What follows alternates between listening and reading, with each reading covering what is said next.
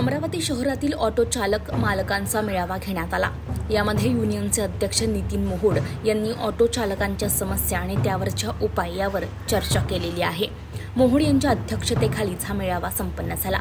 येणाऱ्या लोकसभा निवडणुकीसंदर्भात आपण कोणाला पाठिंबा द्यायचा यावर देखील चर्चा या ठिकाणी करण्यात आलेली आहे। ऑटो चालकांच्या समस्यांचं जे निराकरण करेल आपण त्यांना पाठिंबा देऊ असं यावेळी सांगण्यात आलं।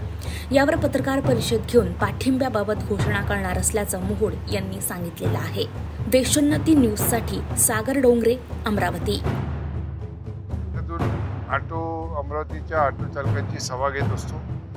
त्यांना येणारे प्रॉब्लेम आणि त्यांच्या समस्या, त्यांचे सुझाव याच्यावर आम्ही चर्चा करत असतो। आता लोकसभेच्या निमित्ताने मी मुद्दामून ही सभा घेतली, कारण सर्व ऑटो चालक म्हणायचे बा आम्हाला कोणाला सपोर्ट करायचा भाऊ तुम्ही सांगा। आता ते बिचारे मला मानतात, त्यांचं मोठेपण आहे आणि माझ्या याच्या बाहेर जात नाही, पण मी त्यांचा वापर करत नाही। त्यांची इच्छा अशी आहे की भाऊ तुम्ही सांगाल त्या मतदाराला आम्ही मतदान करू।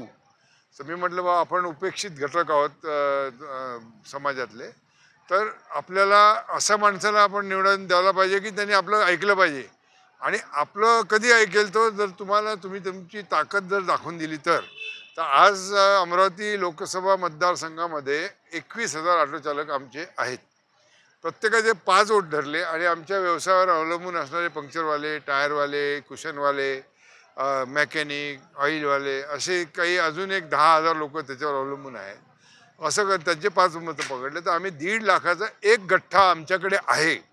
आणि मी तेच त्यांना आव्हान दिलं की तुम्ही जर म्हटलं प्रत्येकाने की आम्ही 5 मतं, फक्त 5 मतं, मी माझ्या घरातले युनियन सांगेल आणि युनियन सांगेल त्याच मतदाराला आम्ही जर मतदान करू आणि तुम्ही जर खरोखर प्रामाणिकपणे जर ते मतदान केलं तर तुमच्या मताने एक माणूस निवडून येऊ शकतो, एवढी तुमची कॅपॅसिटी आहे। मी त्यांच्या मनावर बिंबवून दिलं आणि त्यांनी माझ्यासमोर शपथ घेतली की बा आम्ही भाऊ आपण जे ठरवू त्या याच्यामध्ये मतदाराला आपण मतदान करू।